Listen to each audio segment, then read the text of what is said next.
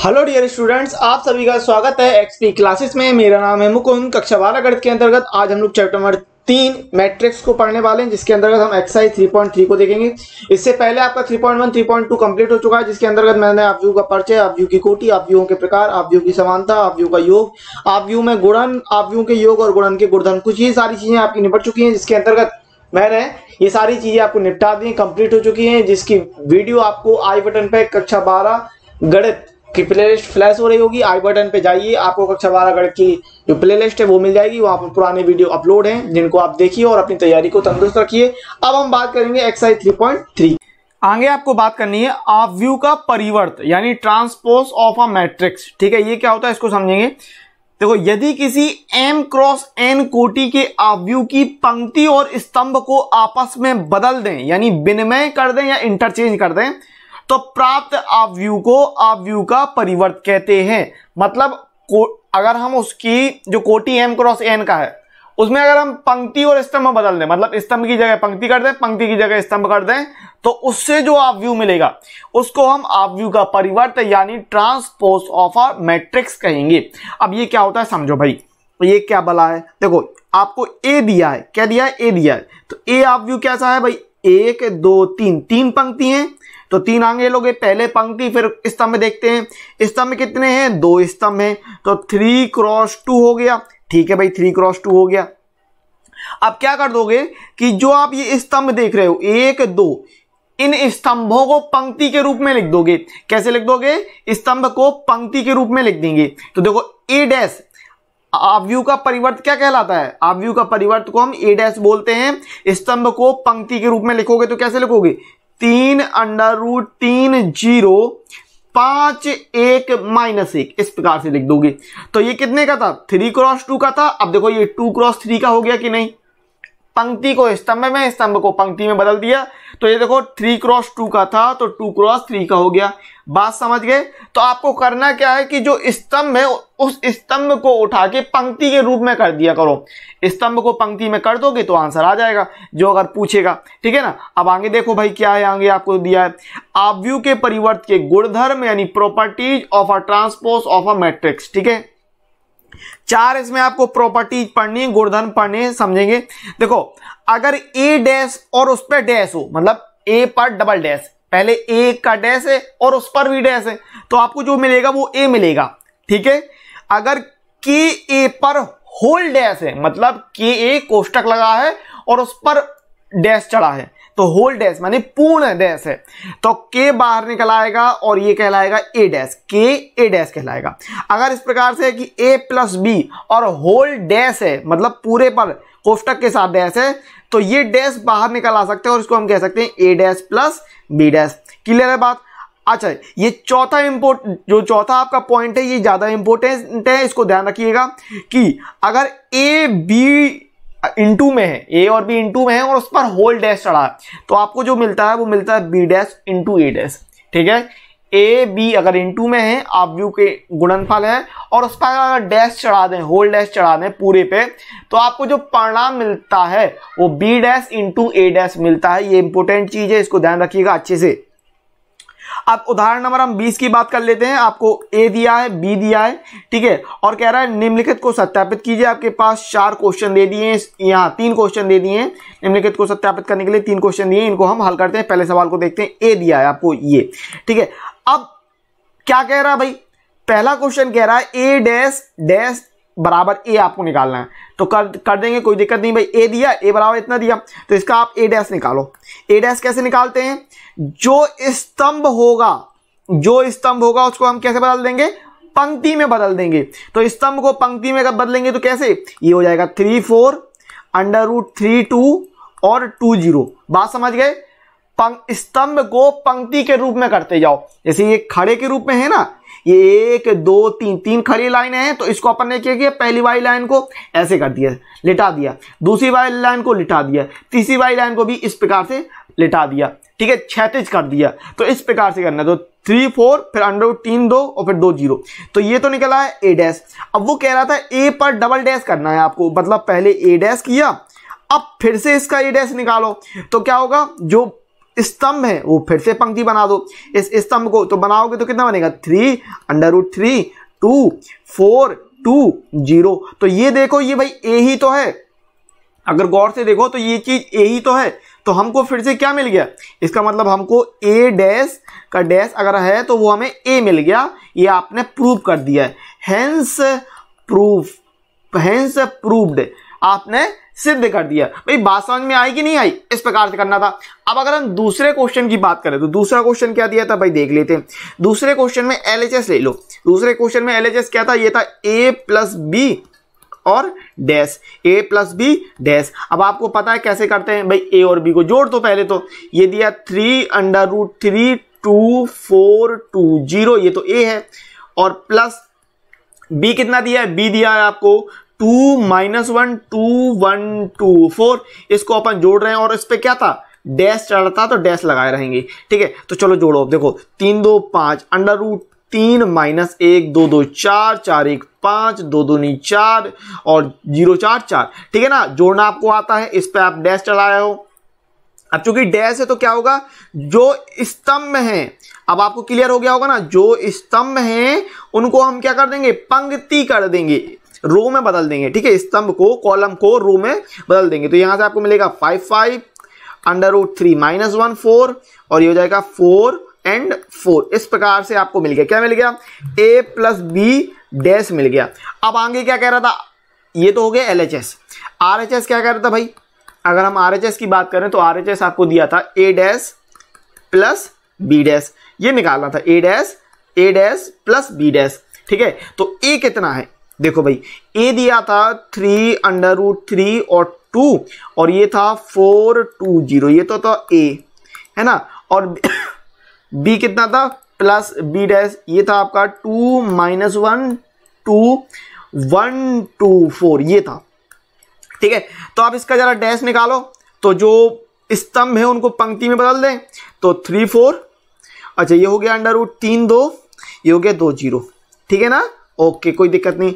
अब यहां पर भी डैश है तो डैश हटाने के लिए क्या, स्तंभ को पंक्ति बनाओगे तो 2 1 है नीचे स्तंभ में, तो 2 1 ऐसे कर दोगे, -1 2 कर दोगे, फिर 2 4 कर दोगे। अब जोड़ने के लिए कह रहा तो भाई जोड़ दो, तो क्या मिलेगा अपन को 5 4 1 5 √3 - 1 2 2 4 2 2 4 और यहां पर भी 4। तो ये देखो भाई यही चीज निकालनी थी कि नहीं, देखो ये अपन को क्या मिला, ये मिला अपना a डैश + b डैश, तो देखो यही चीज निकालनी थी, देख लो भाई 5 5 √3 - 1 4 और 4 4, ठीक है। तो देखो यही चीज निकली है अपनी, ठीक है ना, 5 5 √3 - 1 4 4 4। तो यहां से आप क्या कह सकते हो, आप कह सकते हो कि भाई LHS बराबर RHS है, LHS बराबर RHS है, यानी आपने कह दिया कि हेंस प्रूव्ड, यानी इति सिद्धम, ठीक है। जो इति सिद्धम का अर्थ क्या होता है, जो आपको दिया है वो आपने सिद्ध करके दिखा दिया है, ठीक है।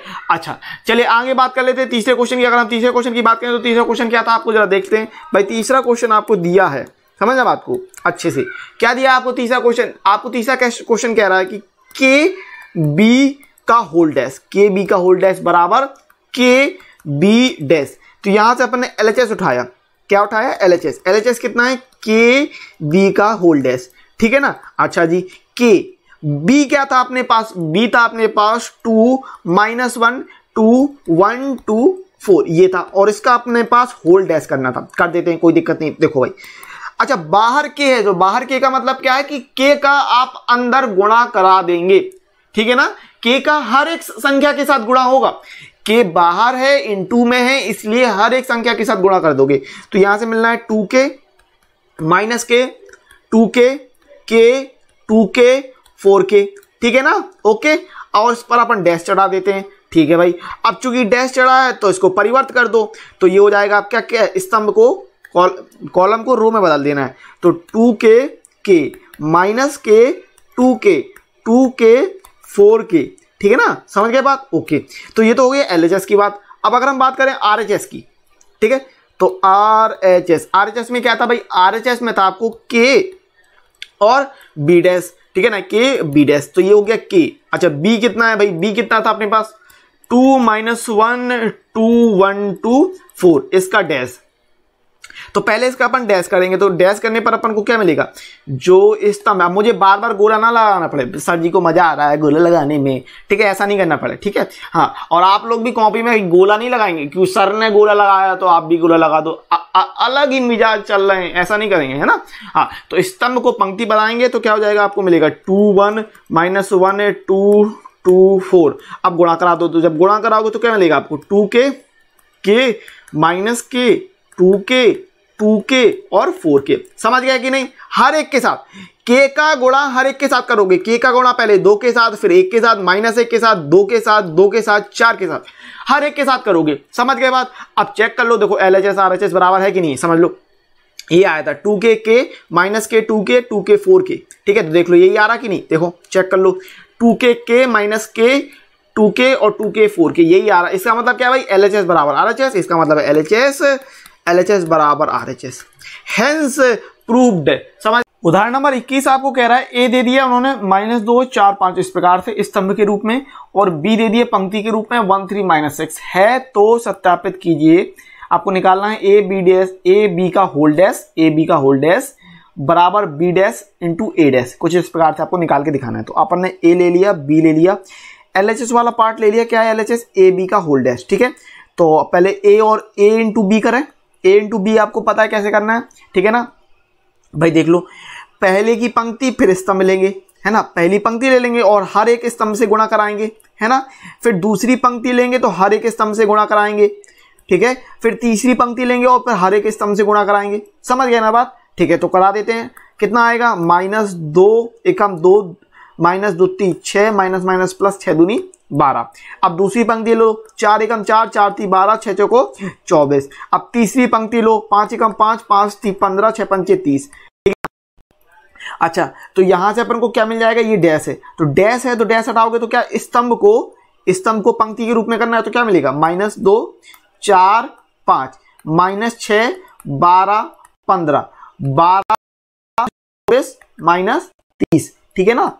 अच्छा, आप लोग यार लाइक नहीं करते हो, लाइक कर दिया करो, ठीक है, थोड़ा सा अच्छा लगता है, प्रोत्साहन मिलता है हमें भी, है ना, मन करता है कि और आपके लिए काम किया जाए। अच्छा, ठीक है। अच्छा, LHS हो गया, RHS देख लो, RHS क्या था, RHS था बेटा B डैश और A डैश, ठीक है ना। अच्छा, B कितना था, B की अगर हम बात कर लें तो B था 1 3 -6 1 3 -6, इस पर डैश लेना है, ले लिया।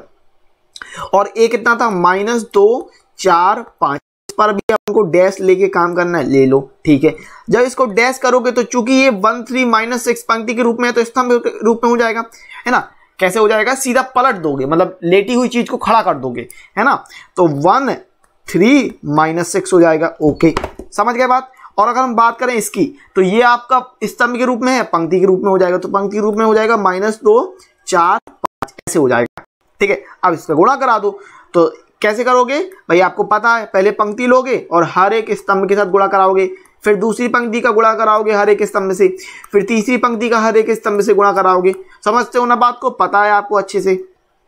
तो 1 का गुणा कराएंगे, 1 का गुणा -2 में 4 में और 5 में, तो मिलेगा -2 4 5।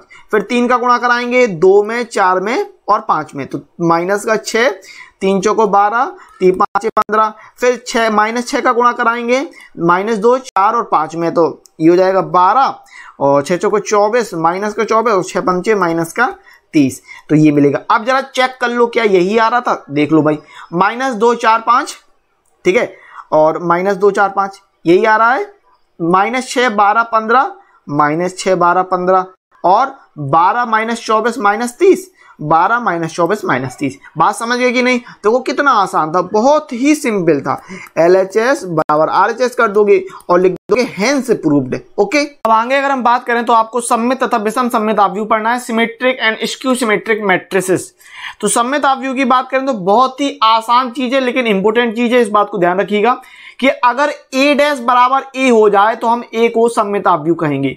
मतलब अगर उसका परिवर्त ट्रांसकोप A, अगर हम A को A डैश निकाले, A का अगर A डैश निकालें और दोनों चीज बराबर हैं, तो फिर वो सममित आव्यूह कहलाएगा, सिमेट्रिक आव्यूह कहलाएगा। जैसे यहां पर समझो A दिया है, अगर हम इसका A डैश निकालें, इसका A डैश निकालें, तो A डैश कैसे निकलेगा भाई, स्तंभ को पंक्ति के रूप में बदलोगे तो क्या कितना आएगा, यहां से √3 2 3, फिर इस स्तंभ को पंक्ति के रूप में बदलो 2 माइनस 1.5 -1, फिर इस स्तंभ को पंक्ति के रूप में बदलो तो यह आएगा 3 -1 और 1। अब जरा चेक कर लो दोनों ही चीजें। अगर हम बात करें ए की और ए डैश की तो तुम देख के खुद बताइए आप लोग कि यहां पर आप खुद समझ रहे हैं कि दोनों ही चीजें बराबर आ रही हैं कि नहीं। तो इस स्थिति में आप कह रहे हो कि भाई जो ए है वो ए डैश के बराबर है, यानी हम ए को किसको ए को कह सकते हैं कि वह एक सममित आव्यूह सिमेट्रिक मैट्रिक्स है। बात समझ गए। यदि ए का अगर आप ए डैश निकालते हो, परिवर्त आव्यूह निकालते हो और वह बराबर आए ए के ही या उसी आव्यूह के बराबर आ जाए तो उसे हम सममित आव्यूह बोलेंगे। समझ गए बात। अब बात कर लो विषम सममित आव्यूह की। तो यदि बी डैश बराबर माइनस बी है, क्या है, बी डैश अगर माइनस बी के बराबर है तो फिर हम बी को विषम सममित आव्यूह कहेंगे। मतलब क्या है कि अगर परिवर्त जो है वो पहले वाले के निगेटिव के बराबर हो जाए तो उसे हम विषम सममित आव्यूह कहेंगे। अब देखो बी दिया अपने पास, ठीक है।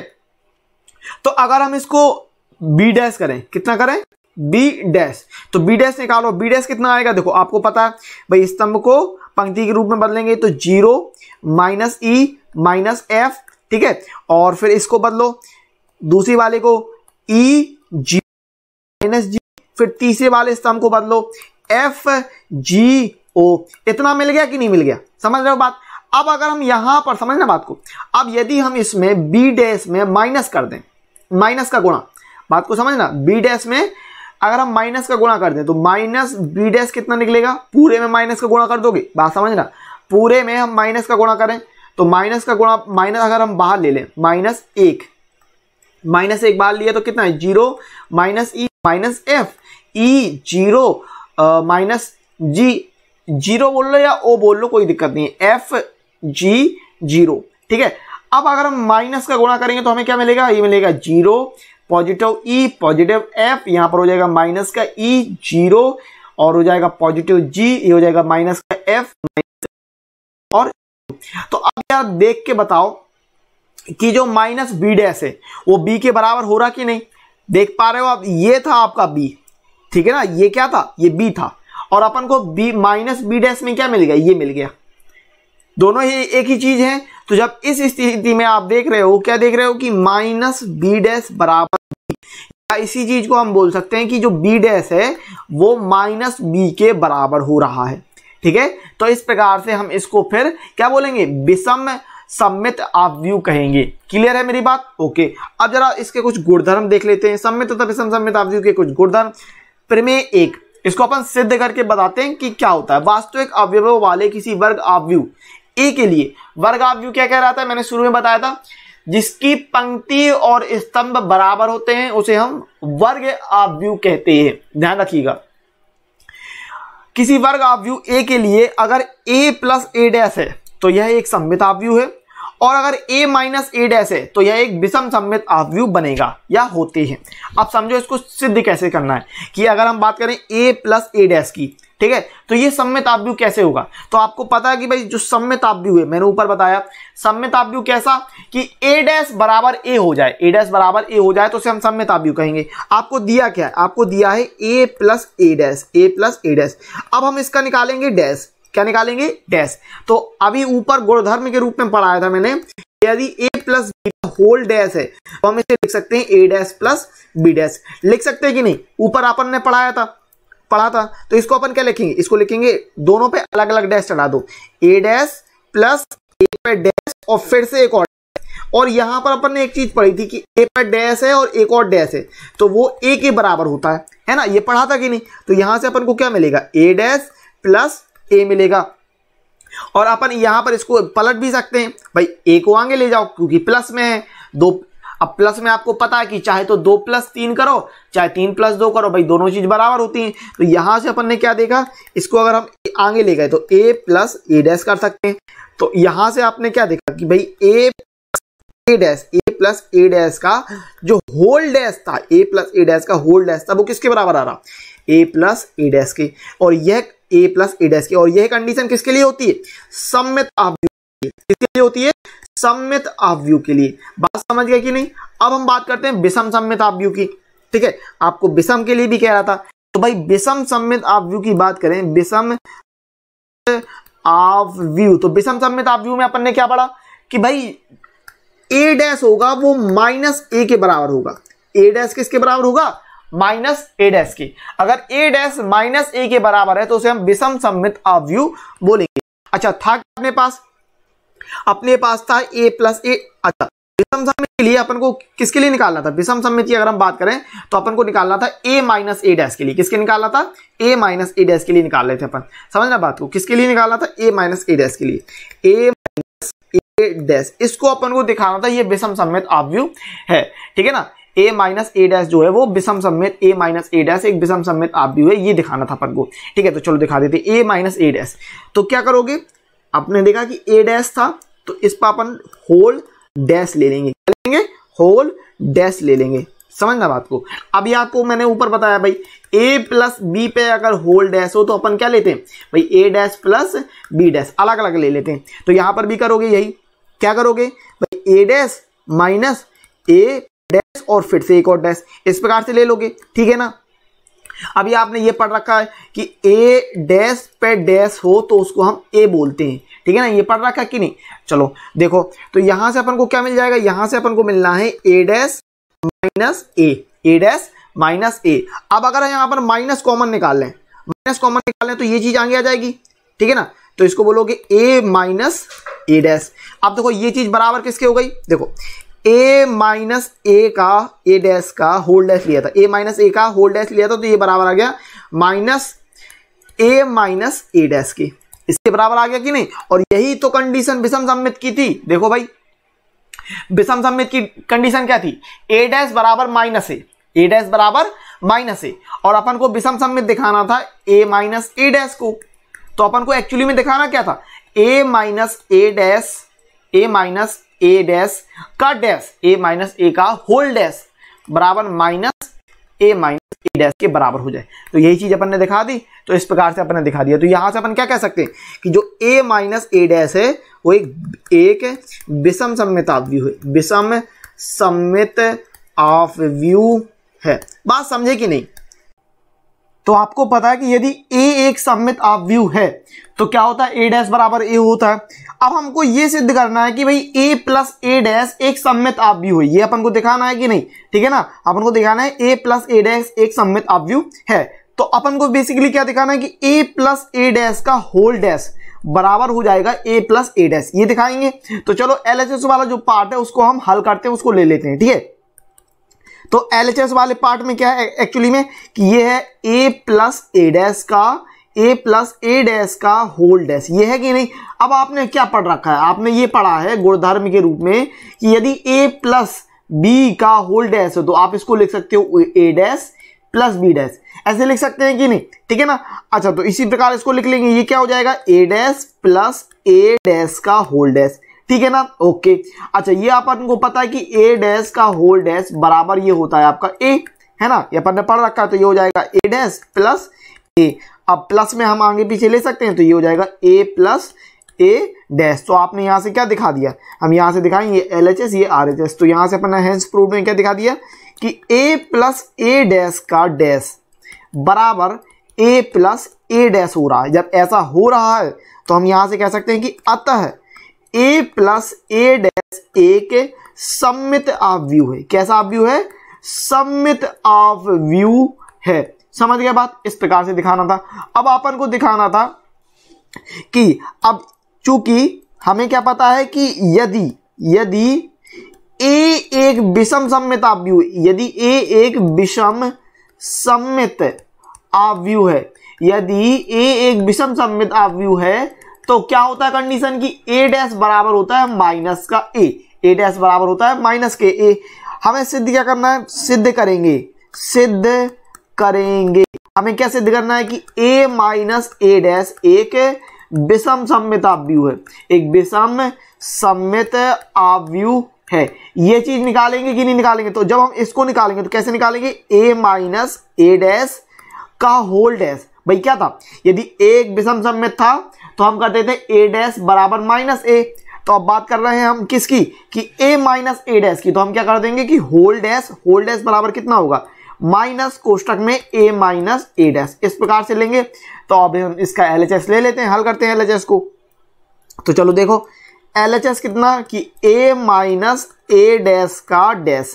अभी आपको पता है कि कैसा कि a प्लस b डैश हो तो हम कर देते हैं a dash plus b dash, अलग अलग डैश कर देते हैं कि नहीं, इसी प्रकार कर देंगे। तो यहां से अपन को क्या मिलेगा, ये मिलेगा a dash minus a dash पर डैश, ठीक है, a डैश पर डैश मिल जाएगा। अभी अपन ने पढ़ रखा है कि a डैश पर डैश हो तो a कहलाता है, तो यहां से क्या कहलाएगा a डैश माइनस a।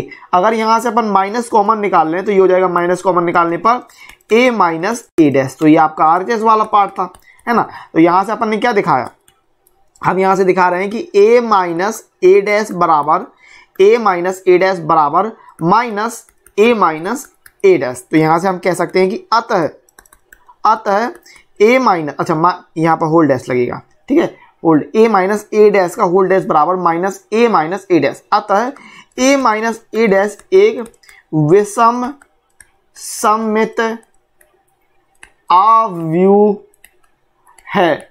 बात समझ गए कि नहीं, इस प्रकार से आपको दिखा। प्रमेय नंबर 2 की बात कर लेते हैं। आपको दिया है किसी वर्ग आव्यूह को एक सममित तथा एक विषम सममित आव्यूह के योगफल के रूप में व्यक्त किया जा सकता है। अब इसका मतलब समझेंगे, जैसे कोई एक वर्ग आव्यूह है, वर्ग आव्यूह आपको पता है जिसकी पंक्ति और स्तंभ दोनों ही बराबर होते हैं, उसे हम वर्ग आव्यूह कहते हैं। अब उसको हम एक सममित और एक विषम सममित आव्यूह के योगफल के रूप में कैसे व्यक्त कर पाएंगे, उसका एग्जाम्पल आपके पास ये रहा। इस प्रकार से आप लिखोगे, ठीक है, और इसी पर आधारित आपको आगे क्वेश्चन दिया है, उसको आपको देखना है। तो इस प्रकार से हम एक आव्यूह को एक सममित आव्यूह और एक विषम सममित आव्यूह के रूप में व्यक्त कर सकते हैं, योगफल के रूप में व्यक्त कर सकते हैं, ठीक है ना। तो इस प्रकार से अपन इसको व्यक्त। उदाहरण नंबर 22 की अगर बात करें तो आपको आव्यूह बी दिया है, कह रहा है को एक सममित तथा विषम सममित आव्यूह के योगफल के रूप में व्यक्त कीजिए, ठीक है। तो आपके पास बी प्राप्त है। अब आपको सममित और विषम सममित के आव्यूह के योगफल के रूप में कैसे व्यक्त करना है, तो आपने सूत्र पढ़ रखा है कि आप बी को इस प्रकार से लिखोगे 1/2 b प्लस बी डैश और plus 1/2 b minus B dash, इस रूप में लिखोगे, है ना। जहां पर आपका ये b प्लस बी डैश, ये जो b प्लस बी डैश वाला है ये आपका सममित कहलाएगा, ठीक है ना, ये ऊपर अपने सिद्ध किया है। और ये b माइनस बी डैश वाला विषम सममित कहलाएगा, ठीक है ना, विषम सममित। और एक बार याद रखिएगा, सममित और विषम सममित को जोड़ नहीं देना है, सममित और विषम सममित के रूप में योगफल के रूप में लिखना है आपको, ठीक है। अच्छा b दिया है इतना, तो b डैश कितना निकल आएगा, यहां से हम b डैश निकाल लेते हैं, ठीक है। तो b डैश कितना निकलेगा, ये निकलेगा आपको, देखो स्तंभ को पंक्ति के रूप में लिख रहे हैं तो 2 -1 1 -2 3 -2 फिर -4 4 -3, तो ये हो गया b डैश, ठीक है। अब अपन वैल्यू रखते हैं तो b क्या कहलाएगा, ये b हो जाएगा 1/2। अच्छा पहले सममित निकाल लो, अलग अलग निकाल लेते हैं, ठीक है। तो सममित की अगर हम बात करें, सममित कितना 1/2 b प्लस बी डैश, ठीक है, b प्लस, सममित की अगर हम बात करें तो b प्लस बी डैश, तो 1/2। अच्छा b कितना है, b है आपका 2 -2 -4 -1 3 4 1 -2 -3, ये तो हो गया b। अब अगर हम बात करें b डैश की, तो b डैश आपका निकल के आएगा 2 -2 -4 -1 3 4 1 -2 -3, कुछ इस प्रकार से निकलेगा, ये कहलाएगा आपका b डैश, ठीक है। इनको जोड़ दीजिए, तो जोड़ने पर अपन को क्या मिल रहा, ये तो हो गया 1/2, ठीक है। जोड़ने पर मिलेगा 4 -3 और -3, ठीक है। जोड़ रहे हैं ना, -1 और -2 जोड़ो तो कितना मिलेगा, -3 3 3 6 4 में से 2 गया 2, एक में से -4 जाएगा तो बचेगा -3 -2 और 4, ये बचेगा 2 -3 हो जाएगा -6, ठीक है। अब आप यहाँ पर 2 का भाग दे देते हैं, 2 का भाग देने पर मिलेगा 2 -3/2 -3/2, 2 का यहाँ पर भाग देंगे तो कितना बचेगा -3/2 3 1, माइनस का यहाँ पर 2 का भाग दो तो -3/2 1 और -3, ठीक है, ये हो जाएगा। तो ये तो हो गया सममित की बात। अब इसी प्रकार अपन निकाल लेते हैं विषम सममित आव्यूह, विषम सममित आव्यूह।